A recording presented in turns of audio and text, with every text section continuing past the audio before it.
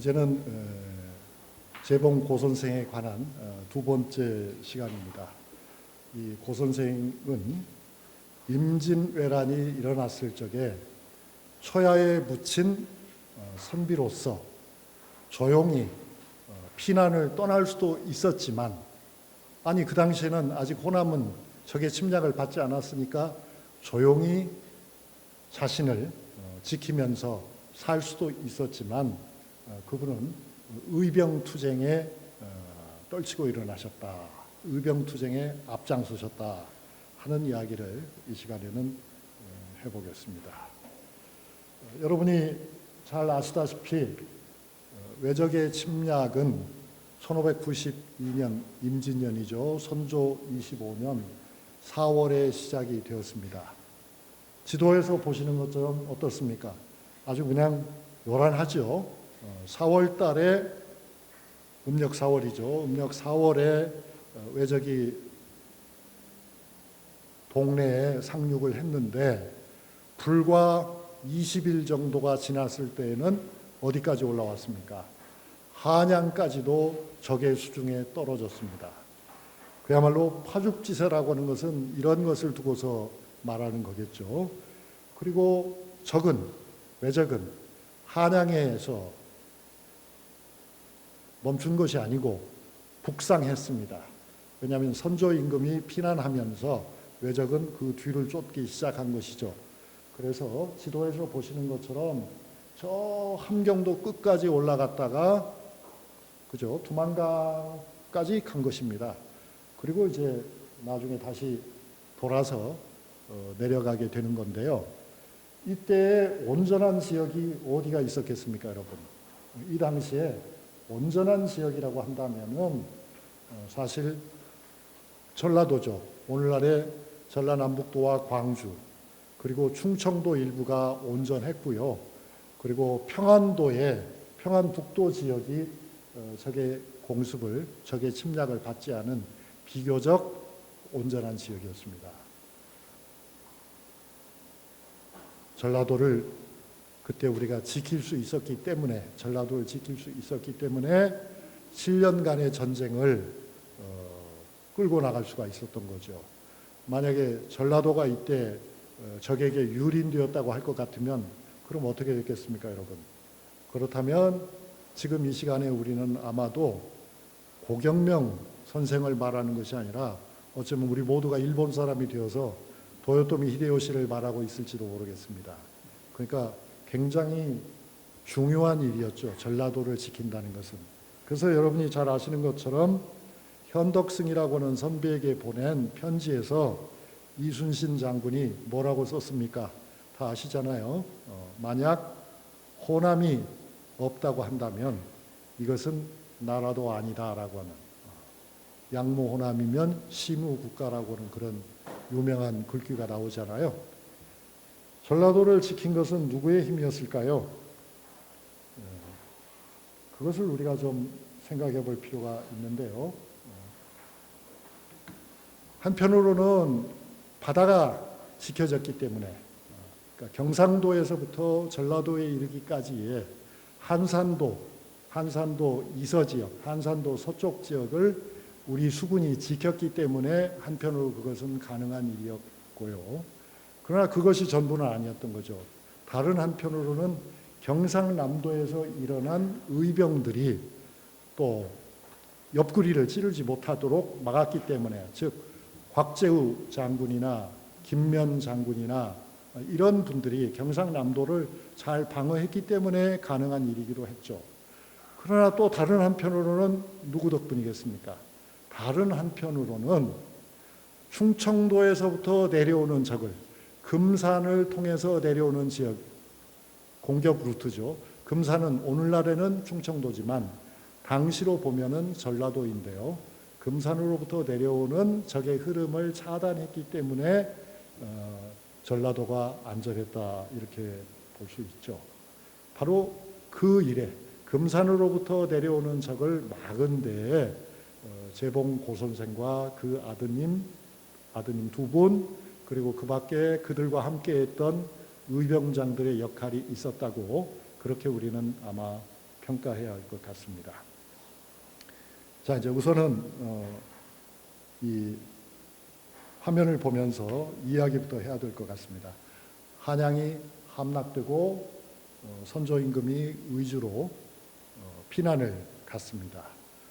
그러자 이제 전라도에서는 많은 군대를 뽑아가지고 5만 명의 군사였다고 하죠. 5만 명의 군사를 뽑아가지고 북쪽으로 군사를 진출을 시키고 있었는데, 그러나 한양이 무너졌다는 소식이 들렸기 때문에 와해가 된 겁니다. 관군이 와해가 돼서 관군들이 도망쳐서 아래로 내려오기 시작했습니다. 집으로 돌아가는 거죠. 그때 가다가 싸우지 않고 내려오는 우리의 관군들을 재조직해서 다시 묶어서 그 군사들을 다시 북쪽으로 보내려고 하는 노력을 한 것이 바로 고경명 선생과 그 아드님들의 일이었던 것 같습니다. 그래서 고종우와 고인우에게, 아드님들이죠, 이 군사들을 수원까지 데려가라, 수원에 가서 광주 목사에게 인계하라 하는 명령을 아버지가 했다고 합니다. 그런데 그 명령이 제대로 집행되지는 못한 것 같아요. 그 사이에 호남에서는 이제 의병운동이 일어납니다. 그래서 여러분이 잘 아시는 것처럼 나주 후사를 지낸 김천일 선생, 그리고 과거에 정원을 지낸 박광옥 선생 등과 함께, 이분들이 말하자면 당시 살아있는, 당시 생존하고 있던 전라도의 가장 경험이 풍부한, 학식이 많은 그런 지도적인 인사들이었죠. 그런 지도적인 역량을 가진 분들이 모여서 논의를 하고 의병을 일으킵니다. 경문을 돌려서 약 6천 명의 의병이 모였다고 합니다. 어떤 기록에는 7천 명이라고도 되어 있습니다. 아무튼 대단한 숫자였습니다. 그래서 이분들이 담양에서 모여가지고 의병분대를 출범합니다. 그리고 그 모임에서 여러분이 아시는 것처럼 고경명 선생을 의병장으로 추대합니다. 그를 보좌할 인물로는 유팽로, 안영, 양대박 이런 분들이 뽑히고, 또 군대가 움직이는데 군량이 필요하니까 최상중, 양사형, 양이적 이런 분들이 모량유사, 즉 군량미를 조달할 책임자로 뽑혔습니다. 지금 말씀드린 이런 여러분들의 이름은 아유 뭐 이름이 많이 나오니까 누가 누군지 하나도 모르겠다 그렇게 생각하실 수도 있지만, 당시 그러니까 16세기 말 호남에서는 명망이 있고 유능한, 그리고 또 훌륭한 집안의 대표적인 그런 인사들입니다. 자세한 설명은 생략합니다만 다 만만치 않은 그런 분들이었어요. 그래서 이렇게 의병이 일어났기 때문에 이 지도에서 보시는 것처럼 자세하게 한 분 한 분 설명할 수는 없지만, 경상도에서 두각을 나타낸 의병장으로는 누가 있습니까? 그렇죠. 여러분이 아시는 것처럼 곽재우, 또 김면, 또 정인홍, 성안이 이런 분들이고요. 그리고 우리 전라도에서는 지금 말씀드린 고경명, 김천일 등 외에 김동영 이런 분들이죠. 그리고 충청도에서는 생각보다는 좀 적습니다. 그래서 조헌이 이름이 있고 영규대사는 스님이니까요. 우리 예상보다는 좀 적고요. 그리고 경기도에도 의병이 없지는 않았지만은 두각을 나타낸 분은 사실상 없었습니다. 그리고 위쪽으로 올라가면은 함경도에서 정문두가 이름을 떨쳤고 그 밖에는 그렇게 많은 인물들이 보이지 않습니다. 그리고 격전지를 보면 격전지는 그렇게 많지 않아요. 많지 않아서 대개의 경우에는 의병장들도 소규모 게릴라전을 하는데 그쳤습니다. 그리고 관군은 수만 명씩을 뽑아놨지만은 실제로는 정면 충돌한 적이 거의 없고 후퇴를 연달아서 하고 있는 그런 상황이었습니다.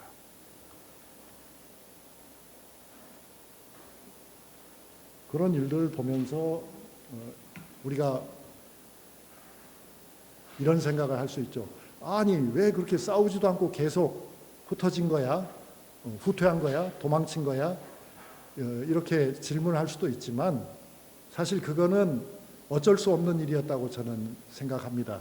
왜냐하면 당시 우리를 침략해온 일본군들은 임진왜란을 지금 말하고 있으니까요. 15만에서 16만 명 정도입니다. 그런데 그 15만 내지 16만 명 정도 되는 일본군들은 다 누구입니까? 이거는 그야말로 백전노장이 이끄는 정예부대였습니다. 그들은 일본 통일전쟁에서 이미 많은 전투 경험을 한 그야말로 우수한 병력이었습니다. 거기에 비해서 우리나라의 군대는 어땠습니까?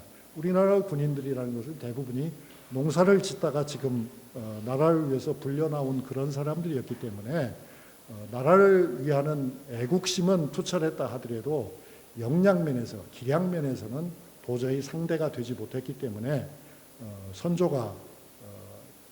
선조실록에서 보면 한 표현 중에 이런 말이 나와요.